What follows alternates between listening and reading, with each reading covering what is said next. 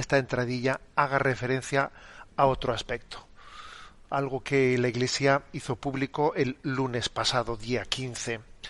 Fue un pronunciamiento por parte de la Congregación para la Doctrina de la Fe a una pregunta que se le había formulado sobre la licitud de las bendiciones de las uniones de personas del mismo sexo. Si era lícito que la Iglesia se produjese una bendición. Obviamente no preguntaban por un sacramento del matrimonio, no, preguntaba por una bendición a modo de sacramental, no de sacramento, a las bendiciones a una pareja que está en unión homosexual.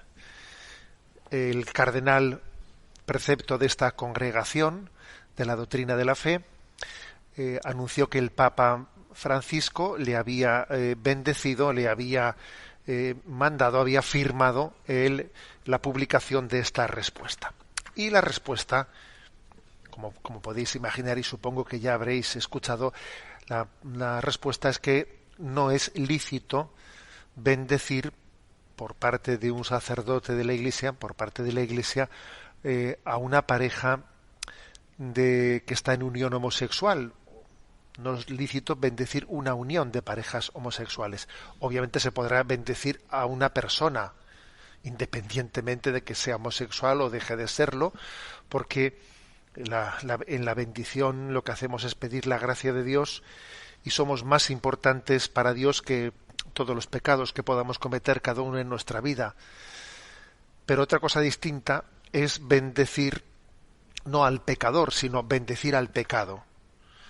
Entonces dice, la Iglesia sí bendice al pecador, la Iglesia lo que no bendice es el pecado, y por lo tanto bendecir la unión de dos personas homosexuales que viven una relación de pareja es bendecir el pecado. Bueno, y entonces esta ha sido la respuesta. Esta ha sido la respuesta por parte de la congregación, que al mismo tiempo ha recordado que tal pretensión de bendición de uniones homosexuales en el fondo es una especie de búsqueda de analogía con la bendición nupcial, con el matrimonio, ¿no? En la que existen incluso, vamos a decirlo, en el seno de la Iglesia Católica existen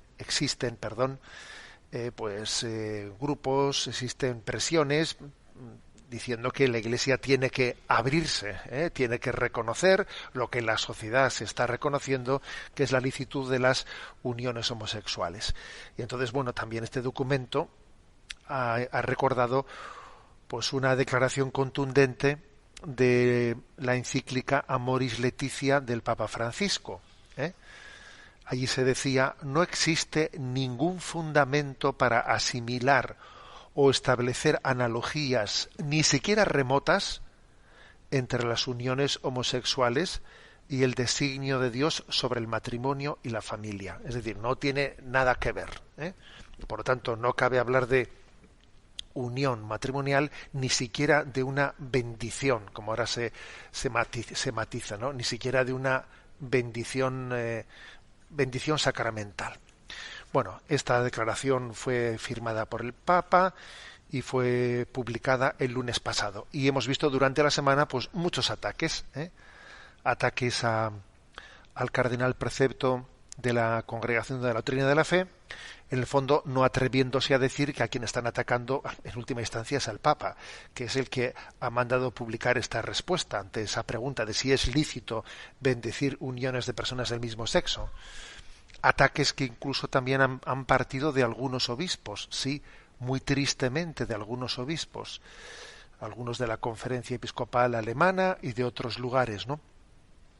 Y esos ataques, pues por una parte dejan patente las heridas existentes en el seno de nuestra Iglesia, las heridas de falta de comunión en la fe, dejan patente la secularización interna, como hemos ido mundanizándonos, asumiendo criterios de este mundo.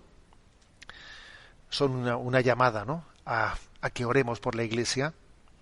El demonio quiere ver a su Iglesia dividida, quiere ver a su Iglesia abrazando el pensamiento de este mundo, en vez de ser fiel a la revelación de Dios.